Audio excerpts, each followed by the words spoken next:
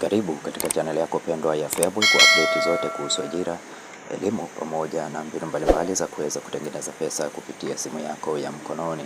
Katika video ya leo utakwenda kuangalia fomu ya makubaliano ya kujitolea, masharti ya makubaliano ya kujitolea, fomu ya makubaliano ya kujitolea katika utumishi wa umma. Jina la wizara au idara, wakala, taasisi ya umma, shirika la umma, taarifa binafsi za kijana wa kujitolea.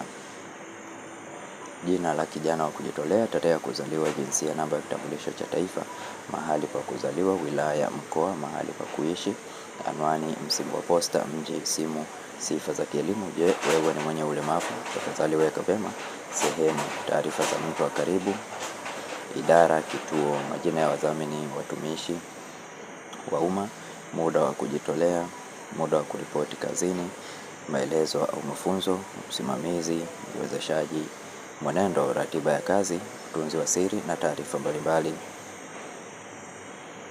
notisi ya kusitisha kujitolea, kusimamishwa kwa utovu wa nidhamu, jina la kijana wa kujitolea, saini, tarehe, jina la shahidi, saini, tarehe, jina la mkuu wa idara au kitengo cha usimamizi wa rasilimali watu, saini na tarehe.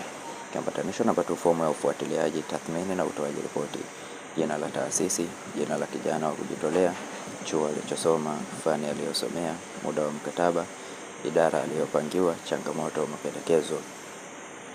Hii hapa ni fomu ya kujitolea katika utumishi wa umma au katika kazi za serikali kwa vijana wanaojitolea.